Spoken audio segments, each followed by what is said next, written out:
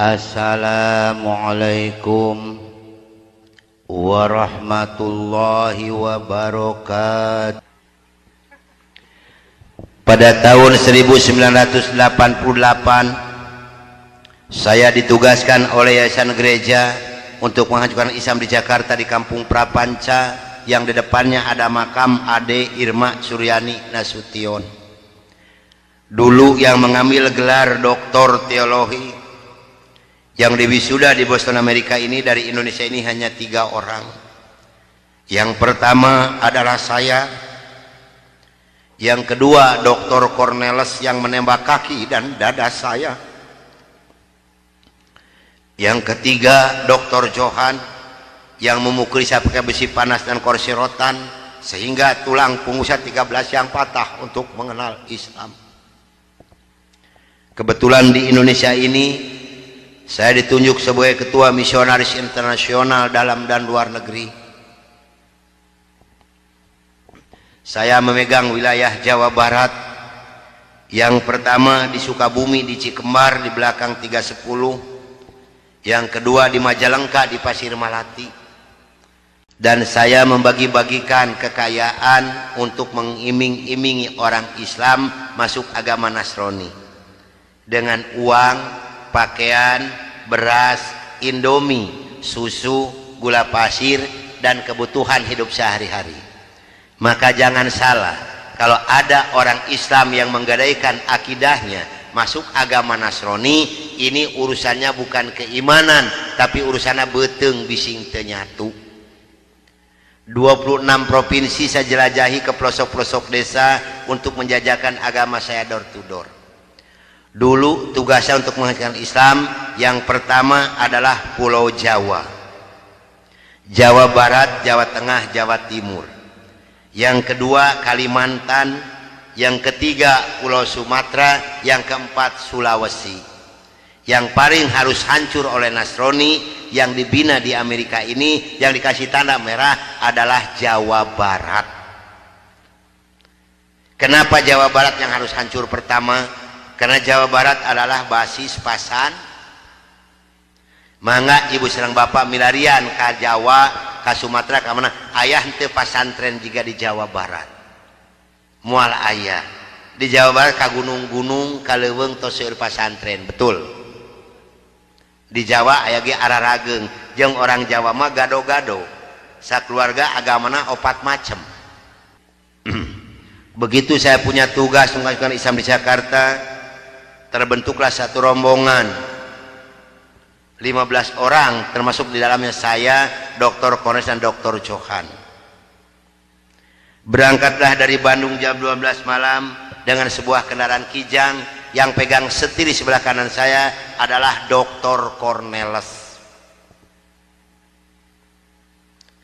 Dulu tugasan untuk menghancurkan Islam ini, saya mohon maaf pada ibu dan bapak yang hadir malam ini, barangkali ada yang kampung halamannya saya sebut, saya mohon maaf yang sebesar-besarnya.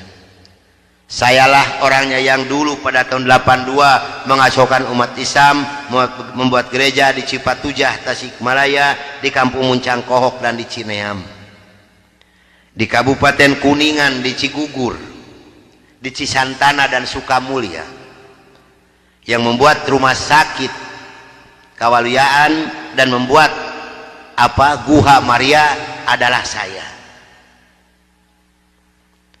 Di Kabupaten Indramayu, Kampung Eretan dan Kampung Haurgelis. Di Kabupaten Ciamis, di Panawangan, di Cisuru dan di Cikupa. Di Kabupaten Cianjur, di Ciranjang, Palalangon, Pasirangka, Gunung Halu, Calincing. Di Kabupaten Subang, di Pamanukan. Di Banten, di Malingping. Di perbatasan antara Cikijing dengan Majalengka, di Kampung Subang, itu apa namanya, anu kakanan panu aya masjid itu Agung Gumelar. Itu saya membuatnya, Pak. Di Kabupaten Bandung, di Banjaran, di Arjasari, dan di Gambung Ciwidey. Namun alhamdulillah Setelah saya diberikan taufik dan hidayah oleh Allah Subhanahu wa taala, saya belajar dan kembali saya mengajar mereka agar mereka kembali ke jalan yang benar, kepada agama yang Allah ridhoi. Inna dina indallahil. Saya mohon bantuan doa dari ibu dan bapak yang hadir malam ini agar saya diberikan kekuatan oleh Allah Subhanahu wa taala. Karena yang paling sulit untuk disampaikan kembali oleh saya, maaf, 2 kabupaten. Yang pertama Kabupaten Kuningan di Cigugur, ini sekitar 45% lagi.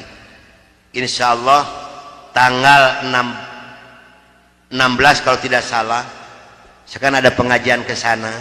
Di sana sudah ada bangunan, sekarang ada sekolah tinggi ilmu Al-Quran, madrasah sanawiyah aliyah. Kalau di bawah gereja, di atas masjid, di atas gereja, di bawah masjid di Kuningan ini Pak. Perkembangannya sudah bagus, tinggal 45% lagi. Yang kedua di Cianjur, di Ciranjang. Kenapa ini sulit untuk disampaikan kembali Pak? Maaf, karena kedua kabupaten ini dananya dipasok per bulan 1,6 miliar. Ini untuk 2 daerah Pak.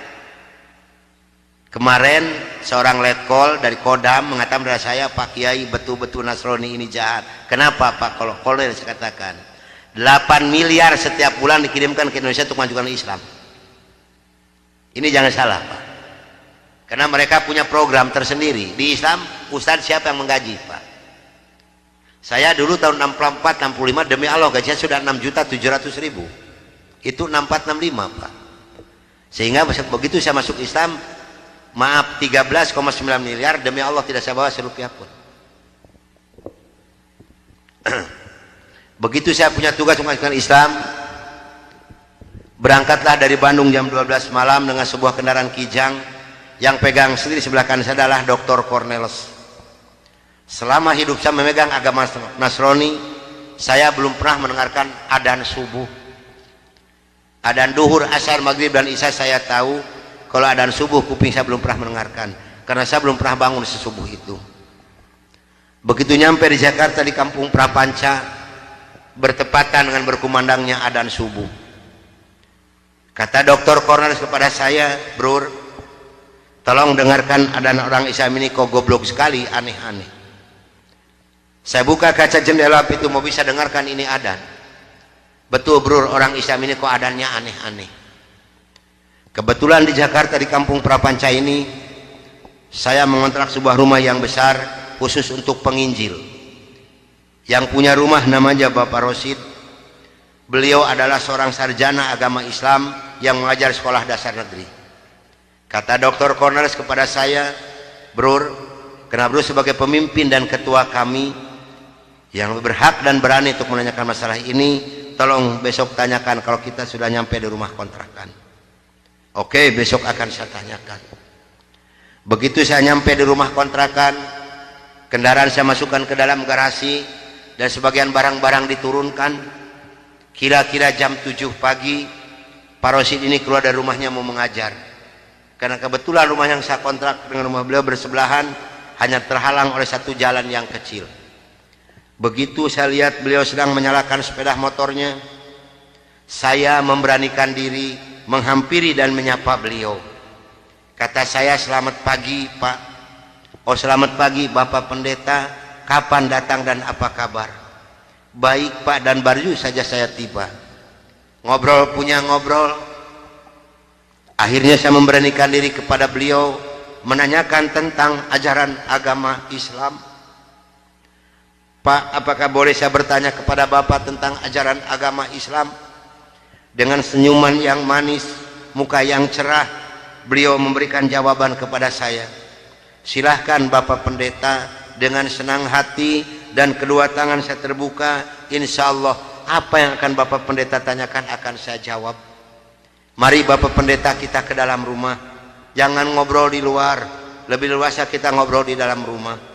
Saya dibawa masuk ke dalam rumah beliau, sehingga beliau ini berani mengorbankan tugas negaranya, tidak jadi mengajar karena ngobrol dengan saya sampai jam 3 sore. Yang pertama sekali saya tanyakan kepada beliau adalah tentang azan. Pak, kenapa orang Islam ini kok adanya aneh-aneh? Aneh-aneh bagaimana Bapak Pendeta? Tadi begitu saya masuk sini, terdengarlah suara adzan yang asing di kuping saya. Ada kata-kata aso. Aso apalah saya tidak tahu, Pak. Oh betul Bapak Pendeta, itu adzan subuh pakai as-sholatu khairum minan naum.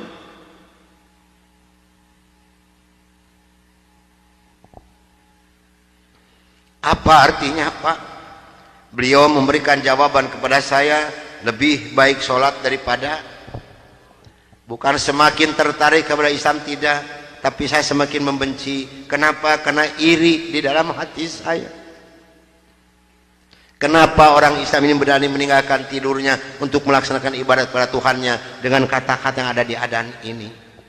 Maka timbullah kata-kata yang keluar dari mulut saya yang sangat dan sangat menyakitkan Bapak Rosi dan umat Islam yang lainnya.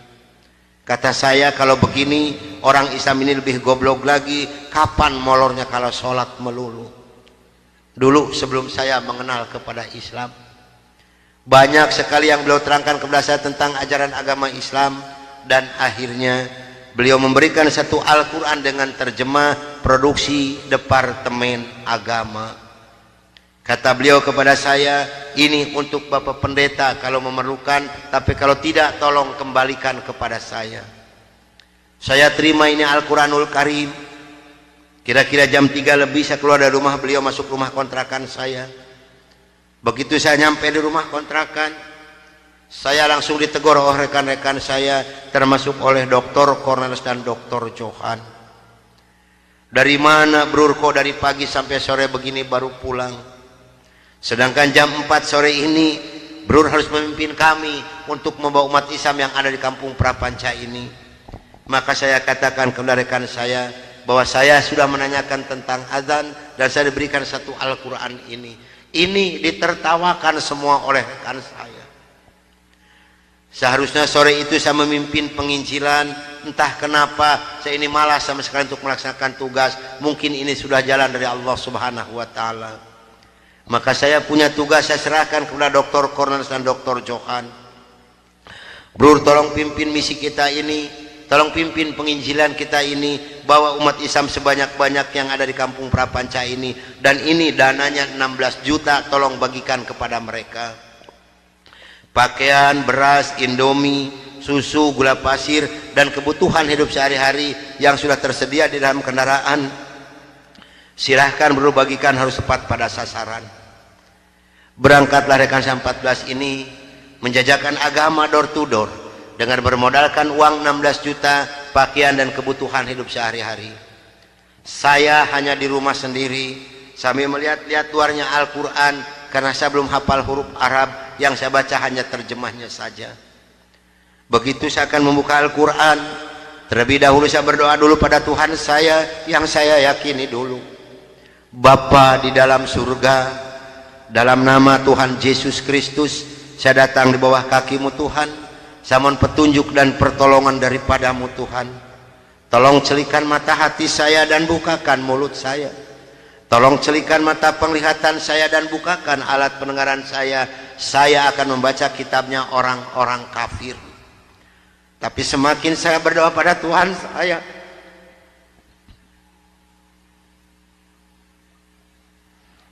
semakin terbukalah dalam Al-Quran ini. Ini suatu keanehan yang nyata di dalam kehidupan saya. Karena saya bingung membuka Al-Quran ini dari mana pertamanya. Begitu saya membuka Al-Quran, langsung surat Ali Imran. Di dalam surat Ali Imran ini timbul kembali keanehan yang kedua di dalam benak saya. Kenapa dalam surat Ali Imran ini kok hanya 2 ayat yang diberi tanda merah, yang lain tidak ada? Yaitu Ali Imran 85 dan 102. Ini kalau ibu dan bapak percaya pada iman saya, selama 3 bulan kurang lebih saya tidak pernah merasakan tidur, hanya membolak-balik membaca arti daripada 2 ayat ini saja. Disitulah taufik dan hidayah masuk pada diri saya. Bergemetarlah seluruh tubuh saya ini, bergejolaklah di dalam dada saya ini. Bahkan dalam hati kecil saya mengatakan, hanya Islamlah yang benar, hanya Islam yang dapat menyelamatkan umat manusia. Maka saya harus berani mengatakan kepada rekan saya, apapun yang akan terjadi, saya siap untuk menerima risikonya.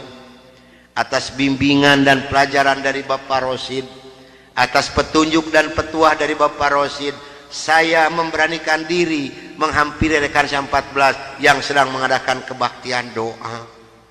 Saya katakan kepada rekan saya bahwa mulai hari ini, jam ini, menit ini, saya akan mengundurkan diri dari penginjilan. Saya akan menyerahkan sebagai ketua misionaris pada Anda semua, karena saya hari ini akan mencari agama yang baru, itu agama Islam. Karena hanya Islam yang benar, hanya Islam yang dapat menyelamatkan umat manusia. Agama yang kita pegang sama-sama tidak bisa menyelamatkan kita semua. Namun apa daya yang seterima dari mereka. Maaf, saya bukan mau dikasihan oleh ibu dan bapak, tidak. Yang mengasihani saya adalah Allah Subhanahu wa ta'ala. Saya bukan seorang tentara, saya bukan seorang polisi, tapi merasakan panasnya peluru di kaki kiri saya dan di dada sebelah kanan saya ini.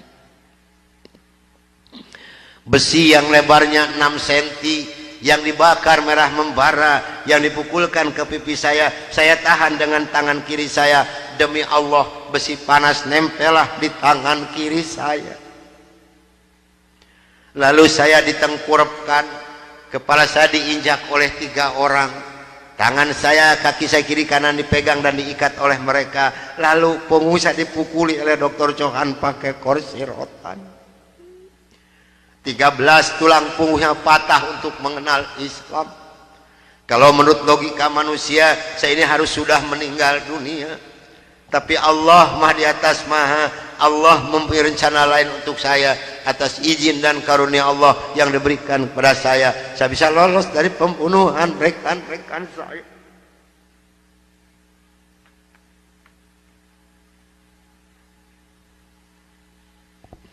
Sambil merasakan panasnya di kaki kiri saya dan di dada sebelah kanan saya, pedihnya di tangan saya, ngilunya di punggung saya loncat keluar dari rumah sambil berteriak mengucapkan La ilaha illallah Muhammadur Rasulullah. Padahal ini asing di mulut saya. Belum pernah ada seorang pun yang mengajarkan kalimat thayyibah di dalam mulut saya ini. Belum pernah sekalipun saya belajar kalimat thayyibah di dalam mulut saya ini. Ini maunah yang pertama Allah berikan melalui mulut saya. Dan alhamdulillah, saya mendapatkan pertolongan dari seorang cim-cim yang beragama Buddha. Saya dibawa masuk ke dalam rumah beliau. Lalu baju saya digunting karena jadi satu dengan kulit. Lalu yang bekas luka besi panas saya dikocrotin pakai kecap oleh beliau. Kaki saya ditahan pakai kayu bekas pegangan sapu, diikat pakai benang rapia. Punggung saya diikat pakai samping. Lantas saya dibawa beliau ke rumah sakit Fatmawati. Selama 3 bulan 27 hari saya berbaring di dalam rumah sakit, merasakan hancurnya tubuh saya ini, pengen mengenal Islam. Dan alhamdulillah, setelah Allah memberikan kesembuhan kepada saya, beliau pula lah yang membiayai saya. Sehingga saya kembali memohon pertolongan kepada Cim ini. Cim, tolong saya, bawa saya kemana saya harus pergi, karena saya pengen memeluk agama Islam. Dan alhamdulillah, saya dibawa oleh beliau ke Cipete, ke Bapak Kiai Haji Dr. Idam Khalid, saksi yang masih hidup, yang membina kesama yang pertama adalah Bapak Hamjahas. Maka kata beliau kepada saya, kalau Anda pengen masuk Islam yang kapah dan istiqomah, Anda jangan dulu mengenal Al-Quran, Anda jangan dulu mengenal sholat, tapi Anda harus dulu mengenal isi daripada 2 kalimat syahadat yang barusan Anda ucapkan. Alhamdulillah, selama 3 bulan kurang lebih saya dibina oleh beliau untuk mengartikan isi daripada 2 kalimat syahadat. Barulah saya marifatullah. Disinilah nikmatnya iman dan nikmatnya ibadah yang saya rasakan sampai detik ini. Lalu saya suruh pulang dulu oleh beliau, karena saya masih mempunyai keluarga, itu anak dan istri. Ternyata keluarga saya telah mendapatkan laporan dari rekan saya 14 dan dari Dewan Gereja Indonesia bahwa saya telah murtad masuk agama Islam. Begitu saya nyampe di rumah saya lihat dengan mata kepala saya sendiri, pakaian saya, ijazah saya, semua dibakar oleh putri-putri saya dan istri saya di hadapan mata saya. Dan alhamdulillah saya diselamatkan dari maut yang kedua oleh Allah Subhanahu wa taala. Begitu putri-putri saya menyiramkan minyak kelapa panas ke muka saya masih diselamatkan oleh Allah. Minyak kelapanya tumpah di punggung saya. Ini adalah darah daging saya sendiri yang menganiaya saya, bukan orang lain. Lalu kepala saya dilempar pakai cobek, dipukuli pakai setikasti, sampai saya diusir caci maki dengan kata-kata yang sangat keji yang keluar dari mulut darah daging saya sendiri.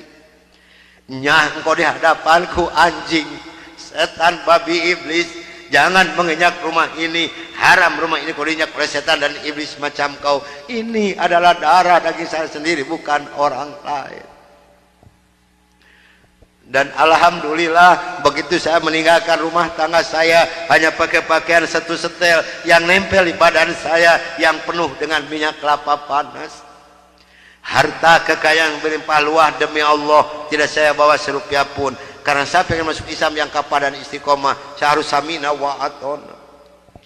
Jangankan harta kekayaan yang berlimpah luah, putri-putri saya pun yang 3 saya putuskan. Mulai detik ini Anda bukan darah daging saya bukan bapak Anda, dan Anda bukan putri-putri saya. Titik sampai di sini. Jangan ada lagi pertalian darah antara Anda dengan saya. Kenapa saya putuskan kepada putri-putri saya yang 3? Karena saya takut besok atau lusa saya meninggal dunia, bagaimana tanggung jawab saya di hadapan Allah Subhanahu wa taala. Maka alhamdulillah sudah hampir 22 tahun lebih ini saya belum pernah dipertemukan dengan batang hidungnya. Namun alhamdulillah, biarpun putri-putri saya tidak yang ikut satupun, Allah telah memberikan kebahagiaan kepada saya pada saat sekarang ini. Kebahagiaan yang Allah berikan kepada saya tidak bisa ditukar dengan suatu apapun yang ada di dunia ini. Sekalipun emas berlian sebesar gunung tidak mungkin bisa menukarkan kebahagiaan yang Allah berikan kepada saya. Kenapa? Karena rekan saya yang 14 yang dulu menganiaya saya, yang dulu membunuh saya, alhamdulillah sekarang sudah masuk Islam semua. Sekarang sedang jihad fisabilillah, sedang membela agama Allah, yaitu syiar agama Islam di daerah-daerah Nasrani. Itu yang pertama di Papua Barat di Manokwari, yang kedua di NTT Kampung Kalabai Kabupaten Alor, yang ketiga di Kalimantan Tengah di Sampit. Saya mohon bantuan doa dari ibu dan bapak yang hadir malam ini agar saya dengan rekan saya diberikan kekuatan oleh Allah Subhanahu wa taala. Kalau ibu dan bapak pengen tahu dakwah Islam daerah Nasrani, demi Allah ini tantangannya adalah nyawa. Saya pun di Manokwari sedang menanak nasi, Pak, Bu. Kalau Allah sudah mengizinkan saya harus meninggal, saya dipanah, ini kenal kemaluan saya. Allah belum menghendaki saya untuk meninggal, hanya 3 cm jaraknya ini panah. Sedangkan panah di Manokwari demi Allah bukan 1,20 meter panjangnya, tapi 1,60 meter panjangnya. Ujungnya sudah pakai racun. Ini perjuangan membela agama Allah daerah Nasrani. Alhamdulillah perkembangan Islam di daerah Manokwari. Padahal Manokwari ini akan dijadikan kota Injil. Kalau Manokwari sudah jadi kota Injil, yang pertama tidak boleh ada adzan berkumandang, tidak boleh mendirikan masjid, tidak boleh ada perempuan yang berjilbab. Alhamdulillah di sana ada 297 orang yang masuk agama Islam, termasuk orang yang memanah saya. Kemarin tanggal 17 Desember saya baru selesai membuat masjid. Dari mana biayanya? Dari hasil pengajian saya. Saya mohon bantuan doa, karena kadang-kadang rekan saya di sana, Pak, maaf, 10 hari lebih tidak pernah ketemu nasi. Yang dimakan oleh rekan saya singkong direbus, yang penting terganjal perut, karena sulit mencari dana untuk dakwah di Islam ini. Dari mana makan mereka sehari-hari? Maaf, dari hasil pengajian saya. Karena mereka lepas dari gereja tidak ada santunan apapun. Siapa yang harus bertanggung jawab? Kita inilah sebagai umat muslim. Di Kalimantan Tengah ada 192 orang. Di sana Pak, demi Allah tidak ada masjid satupun, gereja ada 9. Paling banyak isi gereja 15 orang. Kalau saya mengadakan sholat berjamaah di Kalimantan ini, pakai kompas di luar, di lapangan, di atas disiram oleh mereka. Saya hanya bisa berdoa, ya Allah berikan taufik dan hidayah bagi mereka, karena mereka tidak tahu kedatangan saya ini mau apa. Alhamdulillah 4 hari kemudian 8 orang yang masuk agama Islam, maka berjumlah 192 orang yang ibu dan nenek yang kupingnya pada panjang-panjang. Saya mohon bantuan doa, karena saya sedang membebaskan tanah untuk pembangunan masjid. Mudah-mudahan Allah memberikan jalan untuk saya untuk melunasi tanah di sana, untuk pembangunan masjid di sana. Nah hadirin ikhwatul iman rahimakumullah yang hadir malam ini, barangkali, tapi sebenarnya saya mohon maaf yang sebesar-besarnya, barangkali ibu dan bapak mau ikut berjuang membela agama Allah, menyisihkan sedikit rezeki untuk pembebasan tanah di Kalimantan ini, insya Allah hubungi saya. Tapi yang penting adalah doa, karena doa lebih dulu nyampe di hadapan Allah subhanahu wa ta'ala. Nah hadirin ikhwatul iman rahimakumullah, itulah mungkin tausiah saya yang saya bisa sampaikan malam ini. Mudah-mudahan ada manfaat guna untuk ibu dan bapak. Dan mudah-mudahan yang hadir malam ini kelak di yaumul qiyamah mendapatkan syafaatul ujma dari Kangjeng Nabi besar Muhammad Rasulullah sallallahu alaihi wasallam. Dan mudah-mudahan kita dipertemukan Allah bukan hanya sampai di sini saja, tapi sampai yaumul jaza kita dipertemukan kembali oleh Allah subhanahu wa ta'ala. Akhirul kalam, wabillahi taufiq wal hidayah. Wassalamualaikum warahmatullahi wabarakatuh.